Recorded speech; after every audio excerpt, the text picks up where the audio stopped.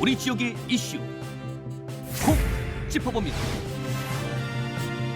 헬로 이슈 토크.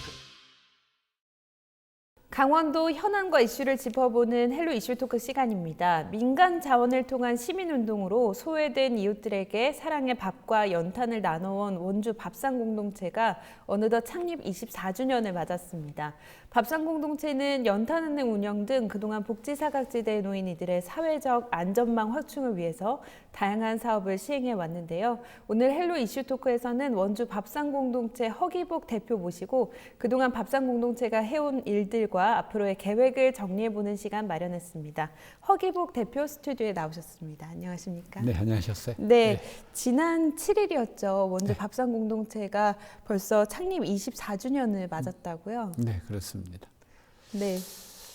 아무래도 이제 그 당시가 이제 외환위기 시절이었거든요. 그래서 이제 우리 원주 지역에도 이제 사회 안전망이 아주 전혀 없는 네. 그런 가운데서 이제 이분들을 조금이라도 따뜻한 밥도 드리고 잠자리도 제공하고 또 일자리도 만들어야 되겠다. 그렇게 이제 시작을 했는데 네. 벌써 24년째가 됐습니다. 네, 감회가 남다르실 것 같은데 코로나 때문에 최근 몇 년 동안 기념 행사가 좀 축소 진행됐었어요. 네. 올해는 좀 어떻게 진행됐을까요? 사실 코로나 이후에 계속 이제 요번에 이제 3년째가 사실 되거든요. 예, 그러다 보니까 저희 이제 밥상 공동체보다도 이제 오시는 어르신들이 굉장히 적적해 하시고 또 방 안에만 계시다 보니까 우울증, 때로는 이제 고독사도 있고 그래서 코로나 때문에 어르신들을 그냥 뭐 행사를 확대는 못해도 좀 나름대로 해야 되겠다. 그래서 이제 되도록이 이제 비대면 또 사회적 거리를 지켜가면서 최소한도로 이제 생필품 또 어르신들이 햇볕을 밖에 잘 못 나오시니까 햇볕을 좀 잘 못 보시고 그래서 이제 비타민 이런 것들을 준비를 해서 오늘 나눠드렸는데 어르신들이 와 짱이다 그리고 너무 좋아하셨군요. 아주 참 좋아하셔서 네. 나름대로 좀 의미 있는 시간이었습니다. 뿌듯하셨겠어요. 예. 네, 말씀해주신 것처럼 원주 밥상 공동체가 98년 4월 외환위기 당시에 무료급식을 처음 시작하셨다고 들었는데 네. 사실 모두가 힘들 때이기 때문에 누군가를 돕는 것 자체가 굉장히 어려운 일이었을 텐데 네. 처음에 시작하시게 된 계기가 있을까요? 사실은 제가 이제 30대 좀 넘어서 서울에서 목회를 하다가 네. 이제 우리 강원도 원주 땅을 첫 밟아서 이제 조그만 소규모 공동체 교회 이제 담임 목사를 하면서 이제 외환위기를 만났어요. 네. 그리고 길거리 이렇게 지나가는데 어떤 어르신이 내가 점심을 못 먹었다. 너무 배고픈데 좀 도와달라고 해서 그때 제가 주머니에 있는 돈 다 꺼내드리면서 참 굉장히 참 힘들구나. 그래서 이분들을 그냥 단순히 이례적으로 돕는 것만이 아니고 지속적으로 함께 소통하고 나누면 좋겠다. 그래서 이제 98년도 밥상 공동체 시민운동으로 원주교 쌍다리에서 시작을 했거든요. 그래서 그때는 우리 원주 지역에 노숙하시는 분들만 해도 100명이 넘고 또 일자리 잃어버려 가지고 서울로 올라갔다가 서울역에서 밥 한 끼 얻어 잡수시려고 했다가 얻어먹지도 못하고 대신 얻어맞기만 하고 원주로 내려오고 막 아주 그런 상황이었거든요. 그래서 지나간 세월이지만 그 당시에는 시도 손을 놓고 있더라고. 아예. 그래서 누군가는 해야 된다. 그래서 이제 시민운동으로 자원봉사자들하고 해서 바쁘고 무료 집수리하고 가움도 저녁 다니고 또 어르신들 위해서 왜 이분들이 가난할까? 또 가난하신 분들이 필요한 건 뭘까? 우리가 주고 싶은 것보다는 그분들에게 필요한 것들을 드려야 된다. 이제 그렇게 해서 밥상 공동체를 시작했는데 사실 힘들었지만 잘해왔다고 봅니다. 네, 그럼요. 24년 동안 무료급식을 통해서 제공된 식사량도 어마어마할 것 같아요. 좀 세어보셨어요? 예, 대략 제가 한번 누적된 분들 쭉 찾아보니까 원주시 인구 30만이 좀 넘잖아요. 거기에 4배가 더 되는 거의 한 150만 명 정도. 누적된 식사 제공량. 예, 그렇게 하고 거기서 일자리를 만들어서 취업하시는 분들이 한 3,000명 정도. 네. 굉장히 많았어요. 그리고 연탄 같은 것만 해도 한 7,500만 장 정도. 그래서 한 40만 가구 정도가 따뜻하게 겨울을 날 수 있었고, 또 코로나 때문에 운영은 못하고 있지만 이제 비타민 목욕탕도 만들어서 무료로 목욕도 할 수 있게끔 하고 그런 다양한 일들을 했습니다. 네, 맞습니다. 밥상 공동체 하면은 또 연탄은행을 빼놓을 수가 없잖아요. 네. 국내를 넘어서 또 해외까지도 지원하신다고 들었는데 실제로 맞나요? 그거 어떻게 하셨네요. 왜냐하면 중앙아시아 키르기스탄은 국민소득이 1,000달러가 안 돼요, 채. 그래서 심지어는 우리나라 대통령이 카자흐스탄은 가도 그 옆에 바로 있는데 키르기스탄은 못 가시게 되는 그만큼 이제 여러 가지로 뭐 나름대로 사정은 있겠지만 그래서 거기는 우리나라 NGO 활동도 그렇게 많지 않고 그래서 거기 일제 강점기 때 그 이주 당하셨던 우리 지금 말하면 이제 그 고려인들 계시잖아요. 그래서 그분들 정말 그 추운데 그 흙으로 만든 흙집에서 토구울집에서 거기서 지내셔. 그분들에게 연탄 드리고 석탄 드리고 그래서 키르기스탄에 석탄과 연탄을 지원해서 벌써 10년이 넘었고 그러다 보니까는 또 그게 소식이 전해져 와가지고 키르기스탄 옆에 카자흐스탄 있잖아요. 또 카자흐스탄에 필요하다 그래서 카자흐스탄에도 연탄은행을 설립을 해서 이렇게 지원해 드리고 있는데 재밌는 거는 그 나라에 가면은 장관이 나와서 영접할 정도로 정말 고마워하네요. 고마워하고 이 한국에 있는 이 민간 단체가 우리나라의 그 에너지 정책을 좀 바꾸는데 일조를 해줬다. 그래서 굉장히 고마워하고 해서 연탄은행을 넘어서 우리나라 국위 선양에도 도움이 됐다고 봅니다. 정말 그렇네요. 그동안 뭐 무료급식 연탄은행 또 아까 목욕탕도 말씀해 주셨고 여러 가지 활동들을 하셨는데 다양한 분야로 복지 사업을 계속 확장하고 계세요. 어떤 것들이 좀 있을까요? 소개해 주시죠. 그래서 이제 그런 거 속에서 이제 앞으로는 이제 그 노인 세대가 이렇게 늘어나고 이제 이러기 때문에 이런 분들을 조직적으로 조금 함께 소통하고 관리보다는 아파트 같은 경우에는 이제 관리사무소가 있잖아요. 그러니까 이제 뭐 사람이 사람을 관리한다는 거는 용어가 이상하지만 이제 이름은 그냥 마을관리소다. 그래서 마을 내에 어렵고 힘든 분들, 연세 드신 분들, 뭐 병원도 못 갈 수도 있고 간단하게 뭐 수도꼭지가 고장 났는데 공구가 없어서 못 고치는 경우도 있고 그래서 공구도 빌려드는 일들이라든지 또 그 여름에 이제 장마지기 전에 이런 가정을 살펴드려서 미리 예방하는 차원에서 이런 것들을 살피는 이제 마을관리소를 이제 원주에는 원인동에 처음 만들었는데 아주 그게 소문이 잘 났어요. 그리고 건강보험공단에서 이제 그 직원들이 십시일반 모아서 모은 돈을 이제 후원해줘서 이제 설립이 된 건데 그게 좋은 사례가 돼서 우리 원주에 이제 원인동에 세워졌던 것이 우리 이제 당구동에도 세워지고 태장 이동에도 세워지고 저 문막에도 세워지고 시 전역으로 좀 확대되고 시 전역을 하고 그 다음에 춘천에도 세워지고 동에도 세워지고 그래서 나름대로 마을관리소가 아주 굉장히 지금 고령화 시대에 아주 필요한 사업으로 마을관리소 사업들 그렇게 아주 체계적으로 잘 운영이 되어 있고 그것뿐만 아니라 이제 어려운 어르신들을 그냥 우리가 어렵고 불우하다 이렇게 돕는다고 하는 개념보다는 이분들하고 이제 같이 위기 상황에도 도움이 돼야 되고 그러려면 그분들에 대한 정보 이런 것들이 있어야 되잖아요. 그래서 그런 거를 아주 완전히 DB를 잘 구축을 하고 복지 지도까지 앱을 만들어서 그래서 그 지도가 딱 하면은 그 어르신 집이 착착착착착 레위건처럼 어디에 어떤 도움이 필요한지 그게 딱 연결이 돼서 한 1,000세대 정도 복지 지도 작업을 우리 자체 한 1억 원 들여서 그거를 지금 구축을 하고 있어서 그게 아마 원주시에도 상당한 도움이 되지 않을까. 그럼요. 그래서 복지행정에도 큰 복지행정 도움이 그래서 아마 그렇게 되면 우리나라의 좋은 사례로 하나 또 자리매김하리라 보는데 그런 사업들 정말 다양한 사업들 하고 계세요. 이런 가운데 이제 코로나 위기가 좀 닥치면서 그동안 그렇죠.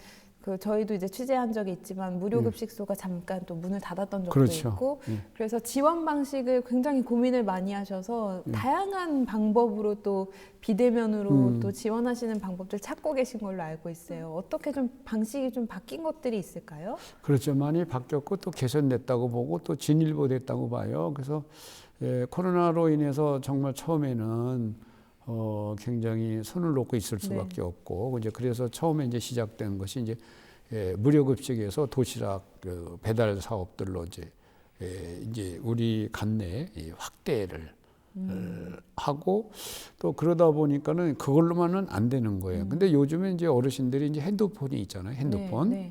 그러니까 핸드폰을 이용해서 화상 전화를 할 수 있게 한다든지 또 핸드폰을 통해서 어르신들이 이제 그거를 통해 가지고 우리가 안에 스마트 복지관을 만들어서 거기서 이렇게 방송처럼 나름대로 이제 스마트 방송 영상 센터를 준비했습니다. 그래서 한번 기회 되신 방문해 주시면 좋은데 이제 거기서 이렇게 대담도 하고 거기서 이제 건강한 어르신들, 면역력 있는 어르신들을 선발해서 아나운서 교육도 하고 또 기자 교육도 3개월씩 해서 그런 방송 어른들 만들어내 같이 할 수 있는 스마트 그런 영상 센터 그 사업을 했고 또 그것뿐만 아니라 어르신들 이제 움직이시기 어렵고 계속 계신 분들을 위해서는 이제 집에서도 계시면서도 어르신들 살펴드릴 수 있는 그런 뭐라 그럴까 효도리 효순이 사업 그런 사업들을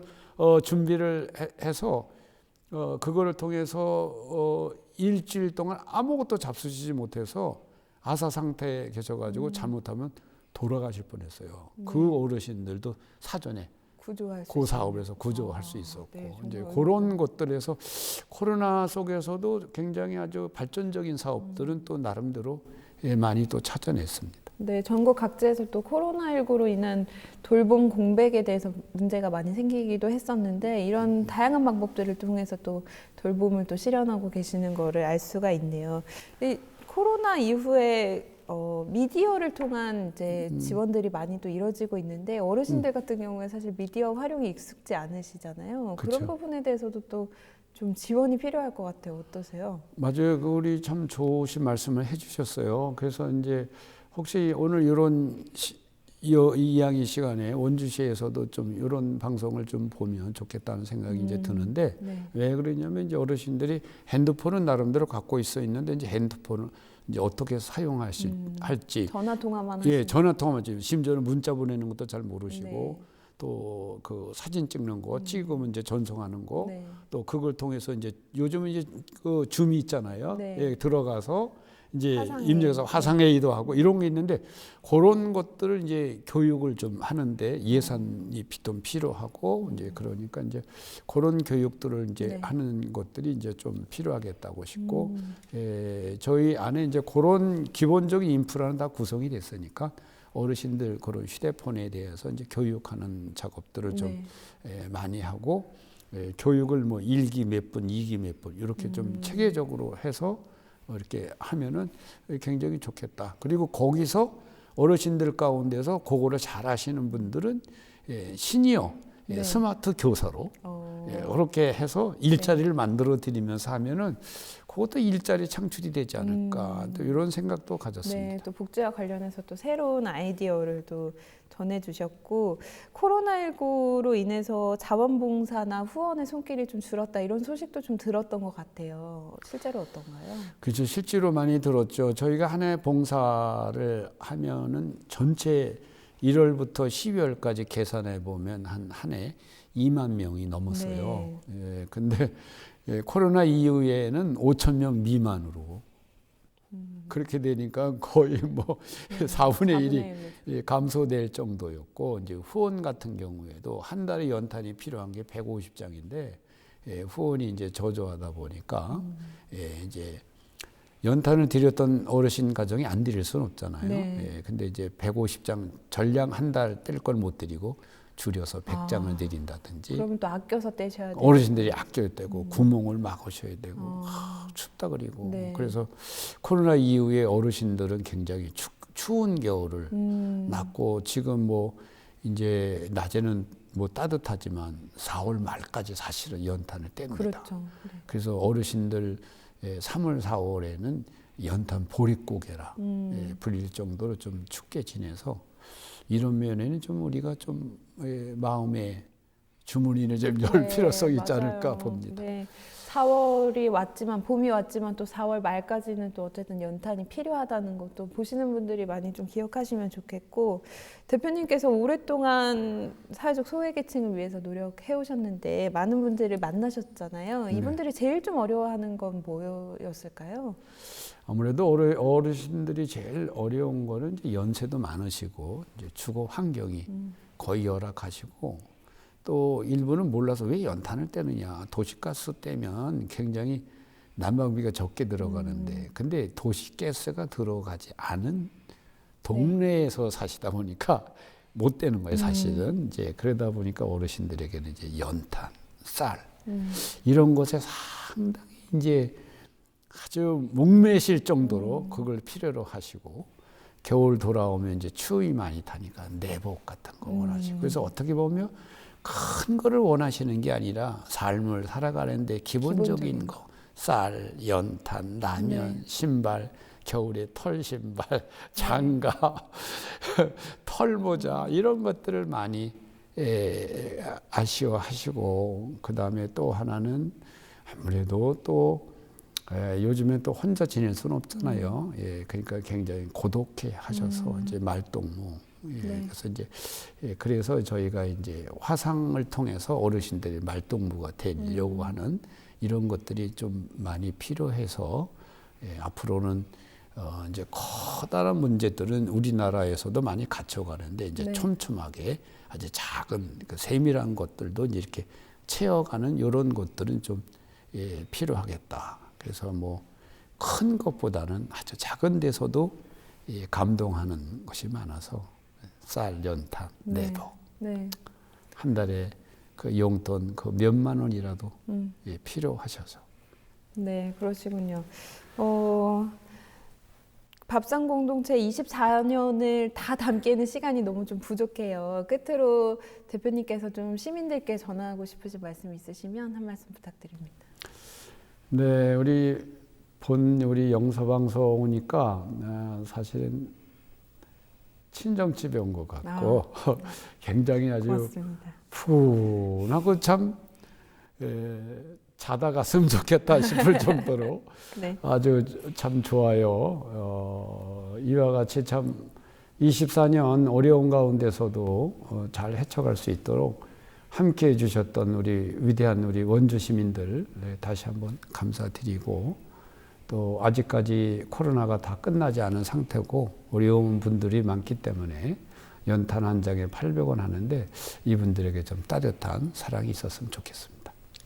네, 원주 밥상 공동체 24주년을 맞아서 대표님과 이야기 나눠봤습니다. 오늘 말씀 고맙습니다. 네, 감사합니다. 네, 원주 밥상 공동체 허기복 대표와 함께한 헬로 이슈 토크 여기서 마치겠습니다. 시청해주신 여러분 고맙습니다.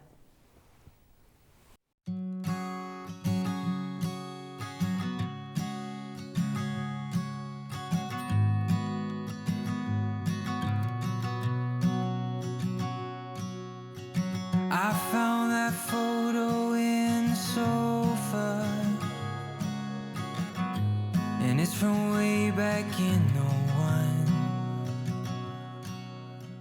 So I guess there's much I never told you, like who I am, who I love, where I've been and where I came from. Grew up on 913 of Blue Rock, memories of 6 kids running around those halls.